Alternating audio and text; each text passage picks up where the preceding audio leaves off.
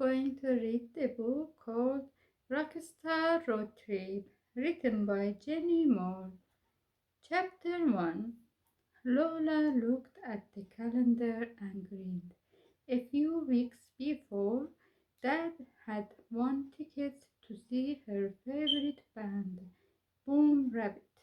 Lola had been counting down the days ever since. But the long wait was finally over. When Boom Rabbit walked out on the stage at the Roxanne on Sea in a few hours' time, she and Dad would be right there in the front row.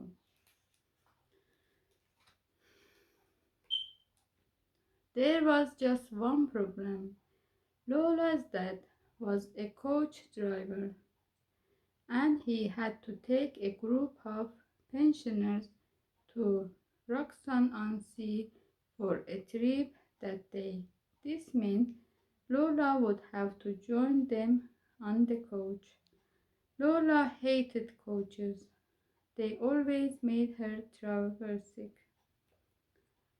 But she didn't mind feeling ill if it meant she got to see her favorite band. Once they would drop the pensioners at the beach, she and Dad would nip to the Roxanne area arena for the lunchtime charity concert. Lola really hoped that they would play Nowhere Road. She had been learning to play it on her own guitar and knew all the words. In fact, Lola knew all the words to every Boom Rabbit song. I have got a one-way ticket to Nowhere Fast, she sang as she put on her Boom Rabbit t-shirt and baseball cap, where every turns a dead end and every stops the last. Dad's face appeared round the door. I have got a steaming pot of porridge and a fresh cup of tea, he sang, adding his own silly word. And I'm waiting for my daughter to have breakfast with me. Lola giggled. No singing along at the concert today, she joked. Otherwise they will throw us out.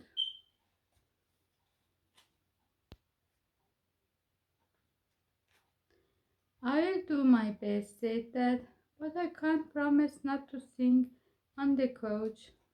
The pensioners club love a good sing-along. Once they get started with 10 green bottles, there is no stopping them. Oh no, thought Lola, that's all I need. I would better take my headphones.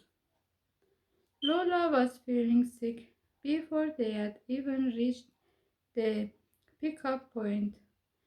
She sucked on a ginger travel sweet and tried to focus on the concert instead of the squirming feeling in her stomach. It would all be worth it once they got there. Here we go, said Dad as they swung around the roundabout and pulled up at the village hall. Lola groaned.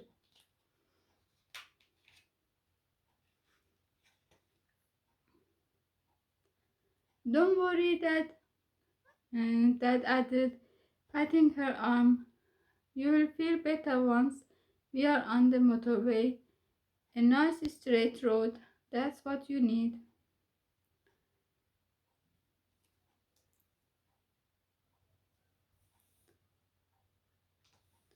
Lola hoped he was right.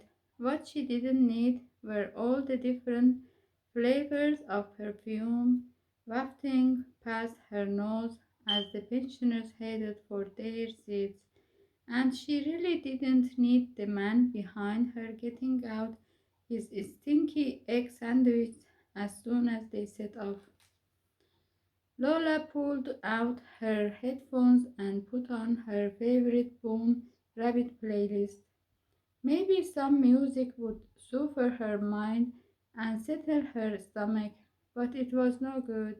Nowhere Road had only just started when a loud voiced lady at the back of the coach suggested a sing along. How about 10 green bottles?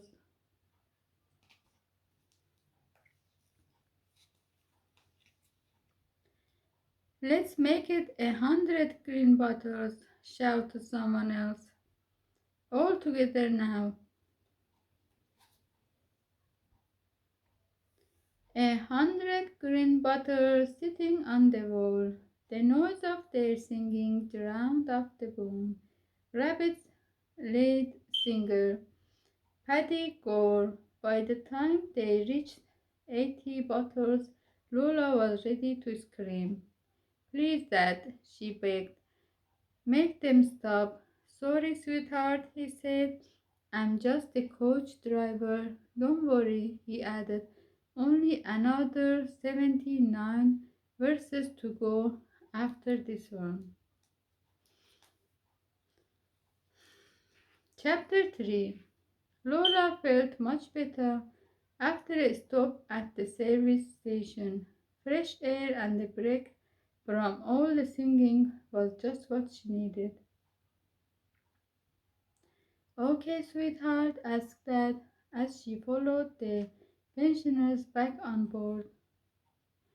Yes, thanks, said Lola, as long as that's the end of these green bottles. Fingers crossed, laughed Dad. I will just do a quick head count and we will be on our way. Boom, rabbit truck, show, here we come.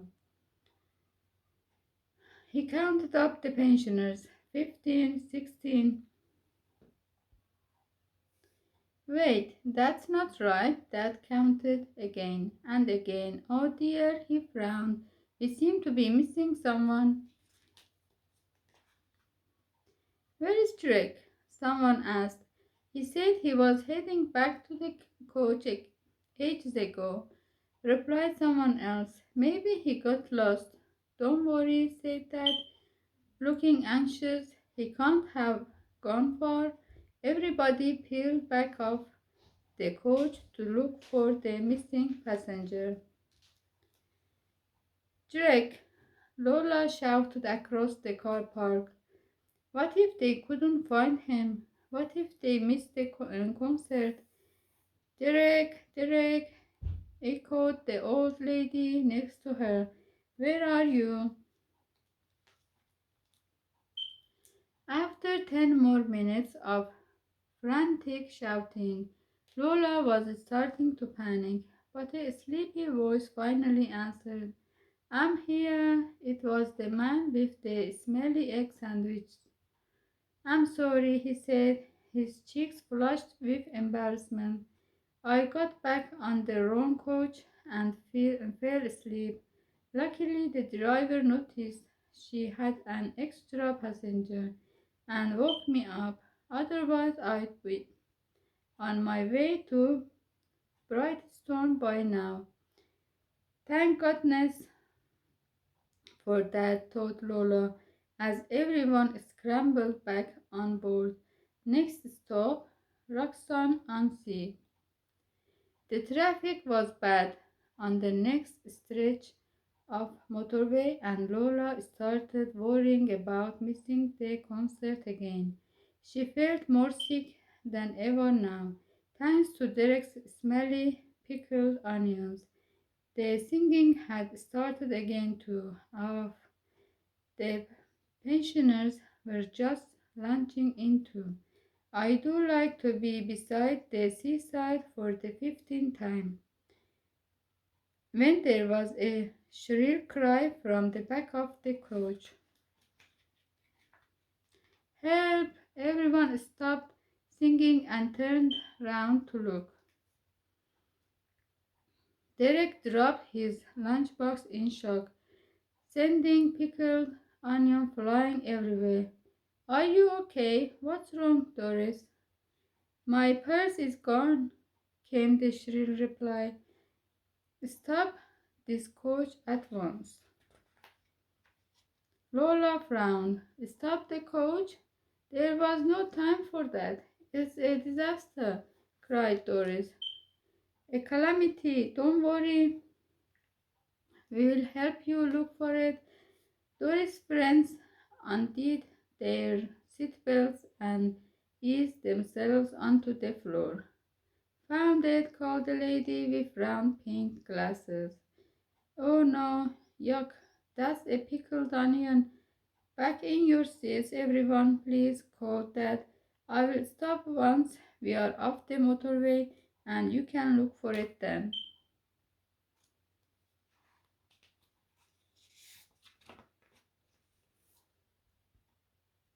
I can't wait that long.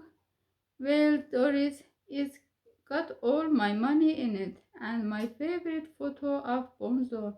Who's Bonzo? Someone asked. I thought your husband was called Albert. Bonzo's my dog, bowed Doris.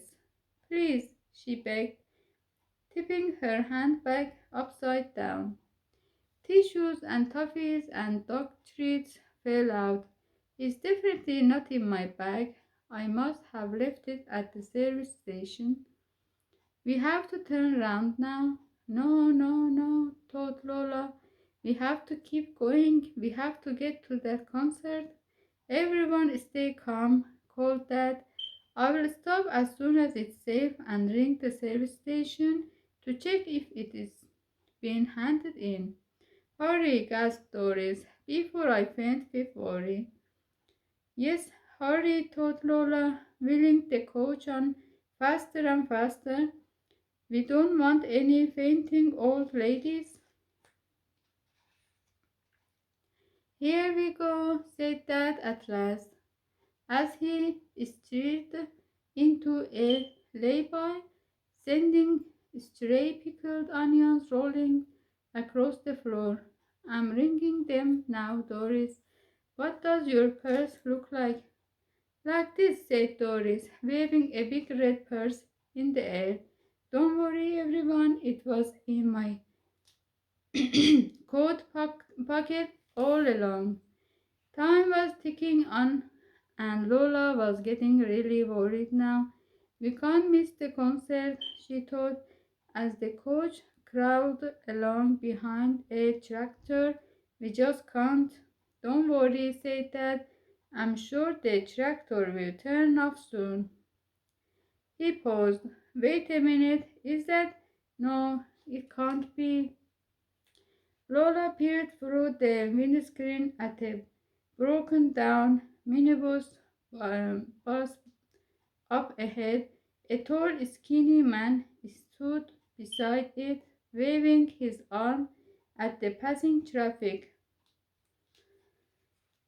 We haven't got time to stop and help, she said before Dad got any ideas.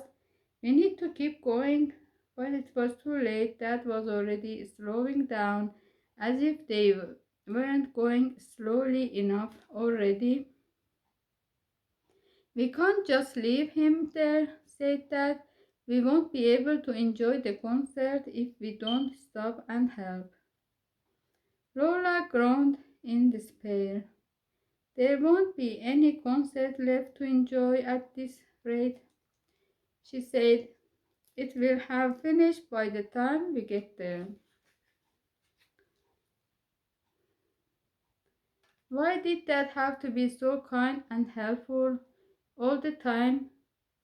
She sank back into her seat with a loud sigh and pulled her boom rabbit cap down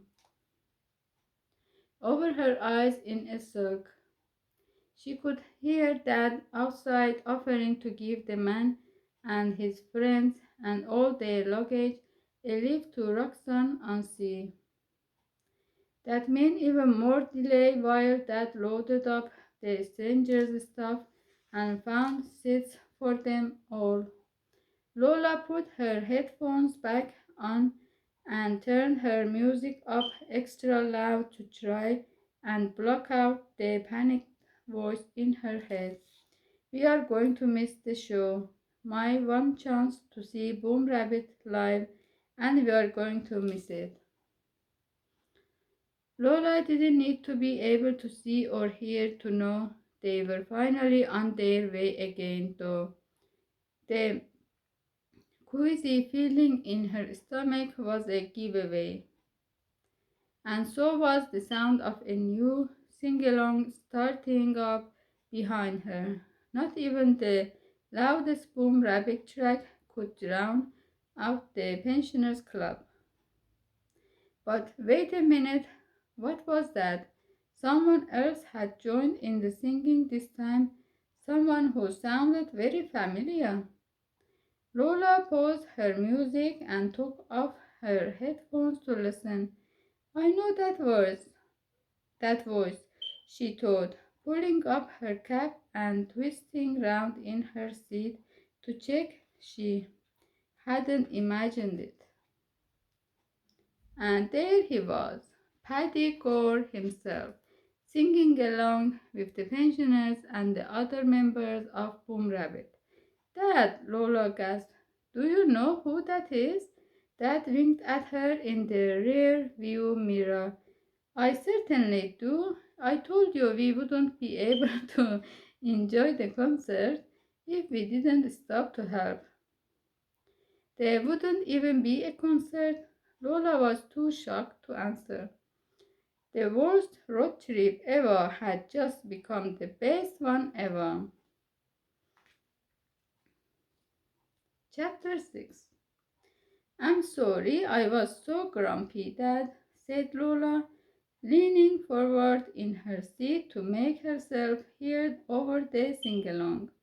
I will try and be more kind and helpful like you next time. That's all right, sweetheart, Dad told her. I knew it was only because you were worried about missing the show. No chance of that now, though. All thanks to you, Lola agreed. I would give you a big hug to say thank you if you weren't driving the coach. I'll have to save it until we get to Roxanne and see. Not much longer now, Dad pointed to a road sign up ahead.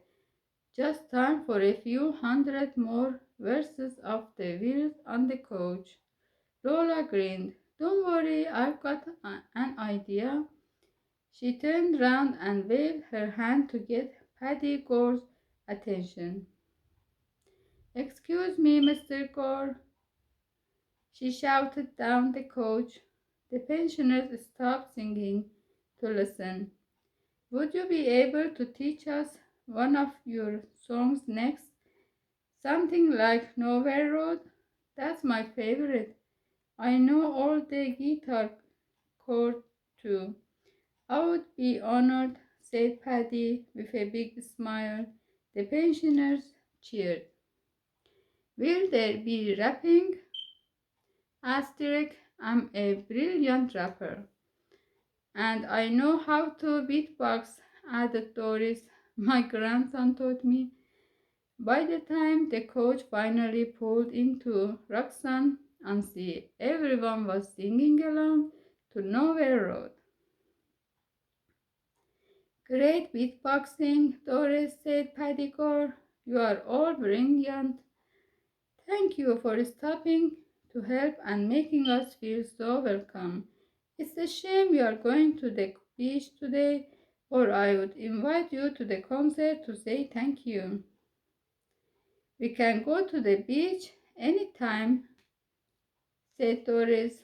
I would rather go to the concert, and me, agreed Derek. Me too, echoed the others. Paddy grinned. Excellent. I will get the organizers to give you all backstage passes. How does that sound? It sounds brilliant, thought Lola. Totally brilliant. It was brilliant. The band were even better live than Lola and had imagined. Her ears drummed to the music and the pumping beat of the drums and guitars vibrating. The stage was all alight with flashing colors and lasers as the band played all her favorite songs, one after the other, finishing with Nowhere Road. The crowd went wild, clapping and cheering and stamping their feet when Dad got a special shout out from Paddy for stopping to help. Lola was cheering louder than anyone. In fact, we would like to thank all our new coach friends, added Paddy. So we want to invite you to join the band on stage and help us sing Nowhere Road one last time.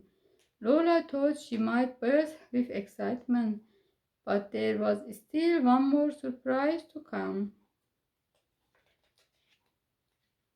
And I have got a spare guitar here, said Paddy. If you would like to join in with the chords, Lola, I would love to, she said, feeling like a proper rock star as she jammed with her musical hero live on stage. I have got a one-way ticket to Nowhere Fast, where every turn's a dead end and every stop's the last, where every road seems empty and there is nothing more to see. But I will drive this road forever, as long as you are with me. The end. Thank you for listening.